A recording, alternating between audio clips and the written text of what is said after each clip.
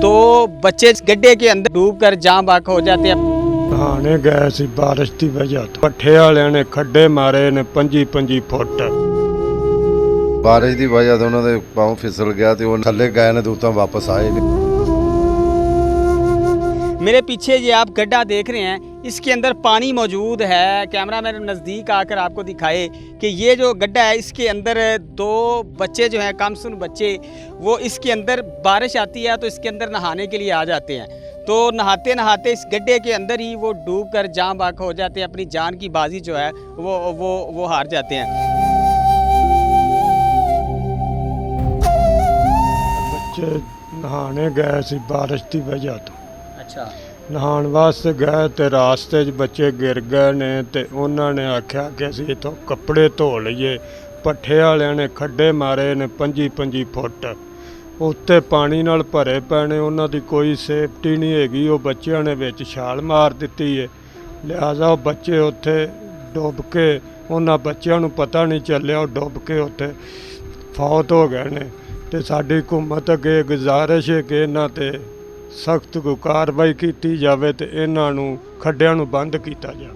Uncle जी मुझे बताएं, मैनू यह दसो तुसी थोड़े बच्चे किन्ने ने टोटल? एक मेरा बच्चा एक उन्हां दा। हाँ ठीक है, दो बच्चे फोत हो गए। थोड़े टोटल किन्ने बच्चे? 3 बच्चे। थोड़े 3 बच्चे ने। हाँ जी। बेटे किन्ने ने? बेटी 3 बेटे। 3 बेटे ने। ये जिहड़ा बेटा फोत होया तुहाडा बारिश के पानी दे विच, ये किनवे नंबर ते सी? पहले नंबर। तुहानूं सब तो पहले तलाह किन्ने दित्ती? तलाह उन्हां दे ताए ने सानू दित्ती है कि बच्चे जिहड़े उत्थे हस्पताल लैके गए ने। अच्छा, हस्पताल असीं गए ते बच्चों की डेथ हुई दोनों दी। मैनूं ये दसो कि तुहाडा जिहड़ा बेटा है स्कूल भी पढ़दा सी? हाँ जी, 5वीं क्लास च स्कूल पढ़दा। 3-4 दफ़ा कुरान मजीद पढ़िया। ठीक है। हाँ जी। ठीक है, की नाम सी इहदा? सादुल्ला। सादुल्ला नाम सी। हाँ जी। अच्छा ਕੱਲ੍ਹ ਇਹਦੀ ਵਾਲਦਾ ਨੇ ਉਮਰੇ ਤੇ ਜਾਣਾ। अच्छा। ਉਹਨੂੰ ਆਂਦਾ ਸੀ ਕਿ ਮੈਂ ਤੁਹਾਡੇ ਤੋਂ ਪਹਿਲਾਂ ਮੈਂ ਉਮਰੇ ਤੇ ਚਲੇ ਜਾਣਾ। ਇਹ ਗੱਲਾਂ ਸਾਡੇ ਨਾਲ ਕੱਲ੍ਹ ਉਹ ਕਰਦਾ ਰਿਹਾ हाँ। ਤੇ ਬਾਅਦ 'ਚ ਇਹ ਵਾਕਿਆ।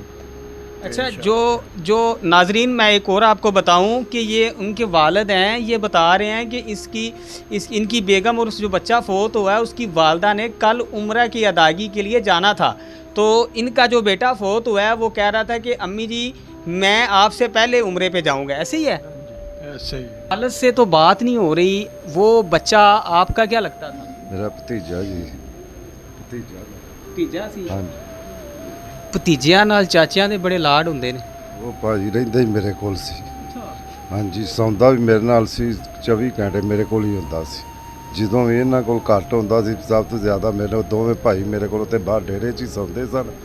ਤੇ ਸਵੇਰ ਇਹਨਾਂ ਸਭ ਅੱਖ ਨਾ ਕਰਨੇ, ਉੱਥੇ ਹੀ ਰਹਿੰਦਾ। ਸਕੂਲ ਤੋਂ ਲੇਟ ਹੋ ਜਾਂਦਾ ਸੀ, ਸਵੇਰ ਟਾਈਮ ਨਾਲ ਆ ਜਾਣਾ ਕਰਨਾ।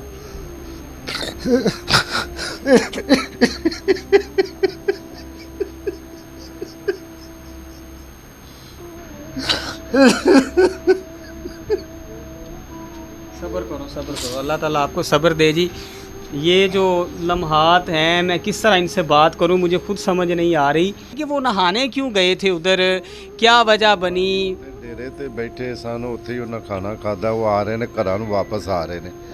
ਬਾਰਿਸ਼ ਦੀ ਵਜ੍ਹਾ ਤੋਂ ਉਹਨਾਂ ਦੇ ਪੈਰ ਪਾँव ਫਿਸਲ ਗਿਆ ਤੇ ਉਹਨਾਂ ਕਿਹਾ ਚਲੋ ਆ ਨਾਲ ਥੋੜਾ ਜਿਹਾ ਪਾਣੀ ਖਲੋਤਾ ਹੈ। ਟੋਇਆ ਮਹਿਸੂਸ ਹੁੰਦਾ ਹੀ ਨਹੀਂ ਸੀ ਕਿ 25 ਫੁੱਟ ਗਹਿਰਾ।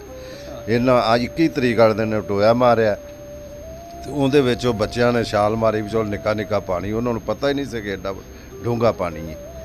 ਜਿਹੜੀ ਵਜ੍ਹਾ ਤੋਂ ਥੱਲੇ ਗਏ ਨੇ ਤੇ ਉੱਤੋਂ ਵਾਪਸ ਆਏ ਨਹੀਂ। ਤੋਂ ਫਿਰ ਉੱਥੇ ਸਾਡਾ ਗੁਆਂਢੀ ਬੱਚਾ, ਉਹਨੇ ਉਹਨਾਂ ਨੂੰ ਬਾਹਰ ਕੱਢਿਆ ਤੇ ਮੌਕੇ ਤੇ ਮੈਂ ਵੀ ਪਹੁੰਚ ਗਿਆ। ਮੈਂ ਉਹਨਾਂ ਨੂੰ ਹਸਪਤਾਲ ਲੈ ਗਿਆ। जो दूसरा बच्चा था वो क्या लगता था? ਉਹ ਸਾਡਾ ਭਤੀਜਾ ਹੀ ਲੱਗਦਾ। ਸਾਡਾ ਘਰ ਦੇ ਸਾਹਮਣੇ ਉਹਨਾਂ ਦਾ ਘਰ ਹੈ ਭਤੀਜਾ। ਉਹਨੂੰ ਵੀ ਮੈਂ ਹੀ ਹਸਪਤਾਲ ਲੈ ਗਿਆ।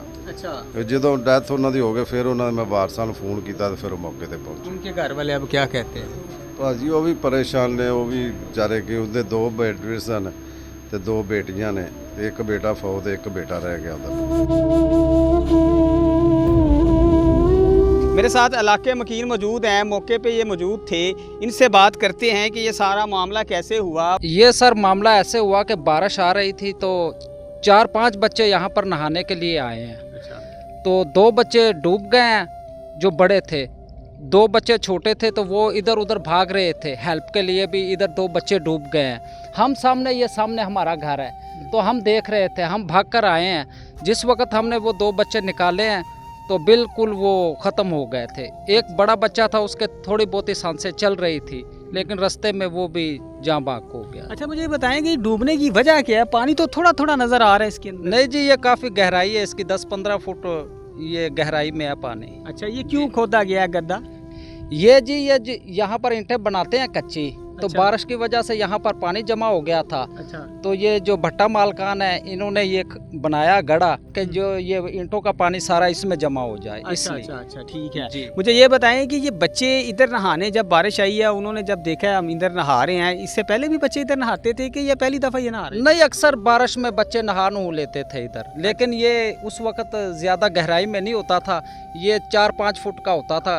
अक्सर बच्चे नहाते नूते रहते थे। तो मुझे बताएं, जब वो आपको आवाज़ें दे रहे थे दूसरे बच्चे कि ये डूब रहे हैं, इनको बचाएं, तो जब आप मौके पे आए हैं तो क्या हालत थी? जब उनको देखा तो किस तरह आपने उठाया? और ये जब उनको आपने देखा ये तो फोत हो चुके हैं, जहाँ भाग हो चुके हैं, तो क्या कैफियत आपके जहन में चल रही थी? क्या सवालात चल रहे थे? जी जनाब, हम भी बच्चों वाले हैं, तो बहुत बड़ा सदमा हुआ हमें भी देख के। नाकाबिले यकीन था जी कि इनकी डेथ हो गई है, तो उस वक़्त से जी बहुत परेशान है हम लोग भी ये वाक़या देख कर जी। अच्छा जी। तो जब आपने उनको बाहर निकाला, फर्स्ट एड तो के तौर पे आपने रेस्क्यू को कॉल की? कोई टीमें आई हैं इधर? असिस्टेंट कमिश्नर जो है इधर रायवेंड, वो कोई मौके पे आए हैं? नहीं जी, कोई नहीं आया। हमारे जो मुतलका थाने के SHO साहब हैं, अच्छा, वो उसी वक्त ही आ गए हैं जी, मौके पर ही आ गए। अच्छा जी।